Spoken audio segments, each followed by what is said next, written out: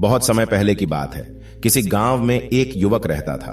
उस युवक के बड़े बड़े सपने थे और उसकी कुछ इच्छाएं थीं। वह चाहता था कि इस दुनिया में सभी सुखी हो, सभी के पास धन हो, सभी ईमानदारी से काम करें, कोई भूखा ना सोए, सब खुश रहे। उसने सुना था कि हम जैसा सोचते हैं वैसा ही होता है और हमारी इच्छाओं को यह ब्रह्मांड पूरी करता है। इसलिए वह इन इच्छाओं को लिए हुए दिन रात सोचता रहता था, लेकिन हुआ कुछ भी नहीं। वह देखता कि दुनिया में दुख है, तकलीफ है, लोग एक दूसरे से नफरत करते हैं। उसकी इच्छाएं पूरी नहीं हो रही थी। तब एक दिन उसके मन में एक नई इच्छा ने जन्म लिया। उसने सोचा कि मैं हीरे मोती का व्यापारी बन जाता हूं। वह दिन रात इस इच्छा को लिए हुए सोचता रहा। वह सोचता कि कहीं से मुझे हीरे मोती पड़े मिल जाएंगे और मैं उनसे एक बड़ा व्यापार शुरू करूंगा। फिर सोचता कि कहीं से कोई एक सेठ आएगा और मुझे कुछ हीरे मोती देकर जाएगा और वह मेरे व्यापार में सहायता भी करेगा। मैं एक बड़ा व्यापारी बन जाऊंगा और वह सेठ अपनी लड़की से मेरा विवाह करा देगा। तब मेरे जीवन में खुशियां ही खुशियां होगी। ऐसी ही काल्पनिक सोच वह दिन रात बनाता रहता, लेकिन होता कुछ नहीं था। जब उस युवक के पिता को यह पता चला कि उसका बेटा एक हीरे मोती का व्यापारी बनना चाहता है, तो उसे बड़ी खुशी हुई। उस पिता ने अपनी कुछ संपत्ति बेचकर उस बेटे को 3 हीरे और मोती दे दिए और कहा, बेटा मैं जानता हूं कि तुम हीरे मोती के व्यापारी बनना चाहते हो। मैं तुम्हारे लिए बहुत खुश हूं। मैंने अपनी आधी संपत्ति बेच दी है और यह 3 हीरे और 3 मोती तुम्हारे लिए खरीदे हैं। इनसे तुम व्यापार शुरू करो, तुम सफल हो जाओगे, तब मुझे बहुत खुशी होगी। लेकिन उस लड़के को यह 3 हीरे और 3 मोती कम लग रहे थे। उसने सोचा कि इन हीरे मोती से क्या होगा। कम से कम 1000 हीरे और मोती तो होने ही चाहिए थे। एक बड़ी दुकान होनी चाहिए थी। कुछ लोग मेरे नीचे काम करने वाले भी चाहिए था। जब यही बात उसने अपने पिता को बताई तो पिता ने कहा, बेटा शुरुआत पहले कदम से ही होती है। हम कभी भी एक समय पर 1000 कदम नहीं चल सकते। पहला कदम, फिर उसके बाद दूसरा कदम और फिर तीसरा कदम, ऐसे ही बढ़ते जाते हैं और रास्ता तय कर मंजिल पर पहुंचते हैं। तुम इनसे व्यापार तो शुरू करो, बाकी सब अपने आप हो जाएगा। उस युवक ने व्यापार आरंभ किया और सोचने लगा कि मैं 1 माह में ही ऐसा व्यापार करूंगा कि बड़े बड़े व्यापारियों में मेरा नाम शामिल हो जाएगा और एक बड़े व्यापारी की लड़की से मैं शादी कर लूंगा। तब मेरे जैसा व्यापारी यहां कोई नहीं होगा। लेकिन ऐसा कुछ हुआ नहीं। 1 महीने में भी किसी ने उसकी उन 3 हीरे और मोतियों में से कुछ नहीं खरीदा। वह निराश हो गया। उसे लगा कि अब कुछ नहीं हो सकता, वह बड़ा व्यापारी नहीं बन सकता। अपने पुत्र को निराश होता देख उस पिता ने अपने पुत्र से कहा, निराश होने की आवश्यकता नहीं, हमें पहले बाजार को समझना होता है। जब हम परिस्थितियों को समझ जाते हैं तभी हम बाजार में कुछ बेच सकते हैं। तुम यह पता करो कि बाजार में किस प्रकार के हीरे मोती की मांग है। इन 3 हीरे मोती को बेचकर उन्हें खरीदो। पुत्र ने कहा, पिताजी मैंने ये पता किया था, लेकिन इन 3 हीरे मोती को बेचकर भी मैं उन हीरे मोती को नहीं खरीद सकता। उसके लिए अधिक धन चाहिए। पिता ने बची हुई संपत्ति भी बेच दी और अपने पुत्र को धन इकट्ठा करके दिया और कहा, पुत्र अब बस हमारे पास रहने लायक ही जमीन बची है। यह धन ले लो और कुछ अच्छे हीरे मोती खरीद लो। अब यह तुम पर निर्भर करता है कि हमारे हालात आगे अच्छे होंगे या बुरे। पूरी मेहनत करना, कोई कसर मत छोड़ना। पुत्र ने उन 3 हीरे मोती को बेचकर और उस धन से जो पिता ने दिया था 2 हीरे और 2 मोती खरीदे। उसने उन हीरे मोती से दोबारा व्यापार आरंभ किया और सोचने लगा कि मेरे इन हीरे मोती की चर्चा दूर दूर तक होगी और राजा स्वयं मेरे हीरे मोती खरीदने आएंगे और होनहार, तेज और बुद्धि वाला लड़का देखकर राजा अपनी लड़की की शादी मुझसे तय कर देंगे। लेकिन 1 महीना बीत गया, लेकिन उसके पास कोई नहीं आया। किसी ने उसकी हीरे मोती में दिलचस्पी नहीं दिखाई।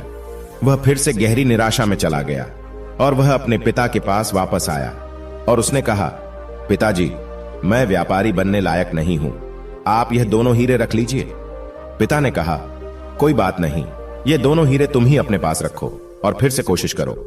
युवक ने दोनों हीरे अपने पास तो रख लिए, पर उसके मन में गहरी निराशा थी। वह फिर से सोचने लगा, खास दुनिया में सबके पास एक समान धन दौलत होती, न तो कोई अमीर होता न गरीब। जो कोई कुछ भी करना चाहता वह तुरंत हो जाता। मैं व्यापार करता और तुरंत ही बड़ा व्यापारी बन जाता। अब तो कोई मुझे अपनी लड़की भी नहीं देगा। एक दिन युवक के मन में ख्याल आया कि वह अपने घर से कहीं दूर चला जाए। जहां पर उसके परिवार की जिम्मेदारी ना हो। अपने अकेले का ख्याल तो वह खुद रख सकता है।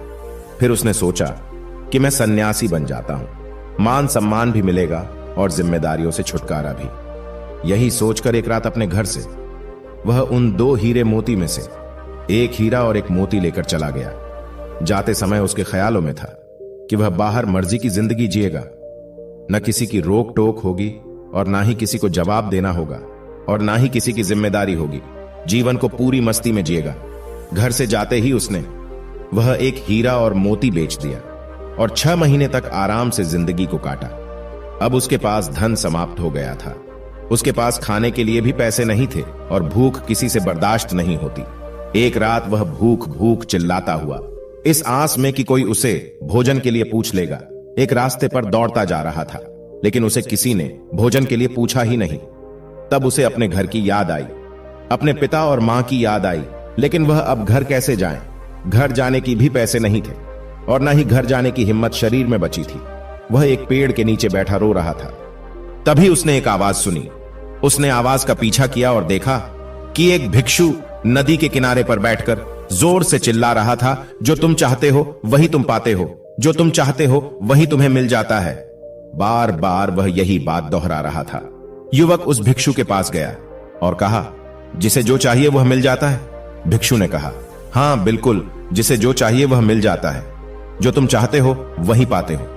युवक ने कहा, ऐसा कुछ भी नहीं है।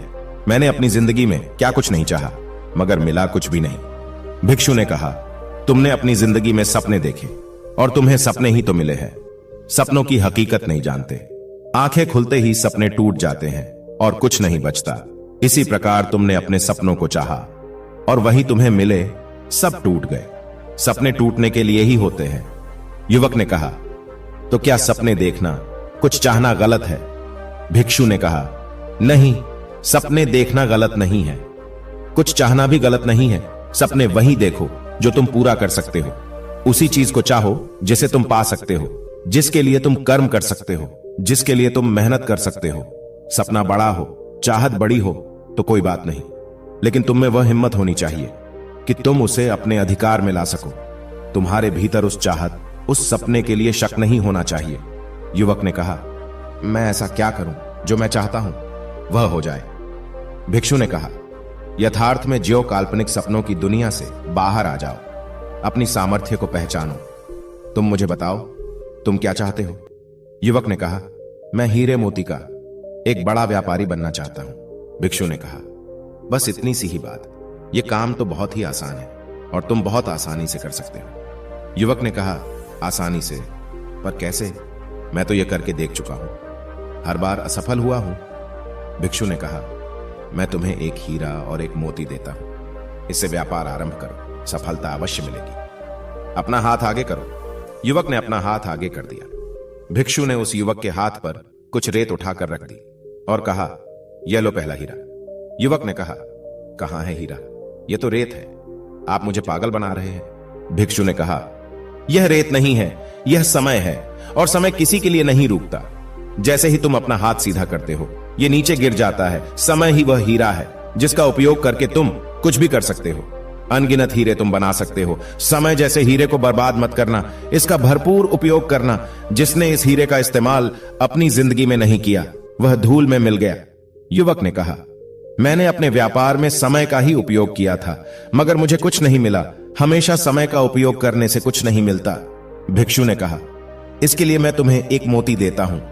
और भिक्षु ने उस युवक के हाथ पर एक कंकड़ रख दिया और कहा, यह वह मोती ही है जिसका उपयोग करके तुम अपने बुरे से बुरे समय में भी अपने सपने, अपनी चाहत को पूरा कर सकते हो।